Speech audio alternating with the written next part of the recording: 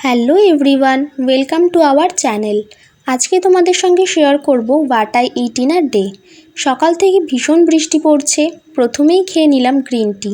তো green tea খেয়ে নেওয়ার পরে ব্রেকফাস্টে হচ্ছে গরম গরম লুচি। মা লুচিগুলো ভেজে নিচ্ছে, আর লুচির সঙ্গে আছে আজকে লাল লাল আলুর তরকারি। লুচি আর আলুর তরকারি দিয়ে সকালের ব্রেকফাস্টটা জমিয়ে করলাম।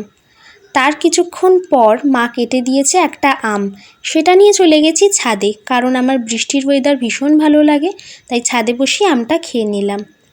দুপুরের লাঞ্চে খেয়েছি হচ্ছে আজকে ভাত, উচ্ছে পেঁয়াজ ভাজা, ডিমের ঝোল, বড়া ভাজা আর স্যালাড। দুপুরে খাওয়ার পর বৃষ্টিটা একটু থেমেছিল, তাই বিকালে বেরিয়ে পড়েছিলাম একটু ঘুগনি খেতে, আর ঘুগনি খেতে তো বেশ ভালোই লাগে। তারপর বাড়ি এসে ডিনারে খেলাম হচ্ছে খিচুড়ি, আলুর দম, ডিম ভাজা আর আম। এই দিয়েই আজকের রাতের ডিনারটা কমপ্লিট করলাম।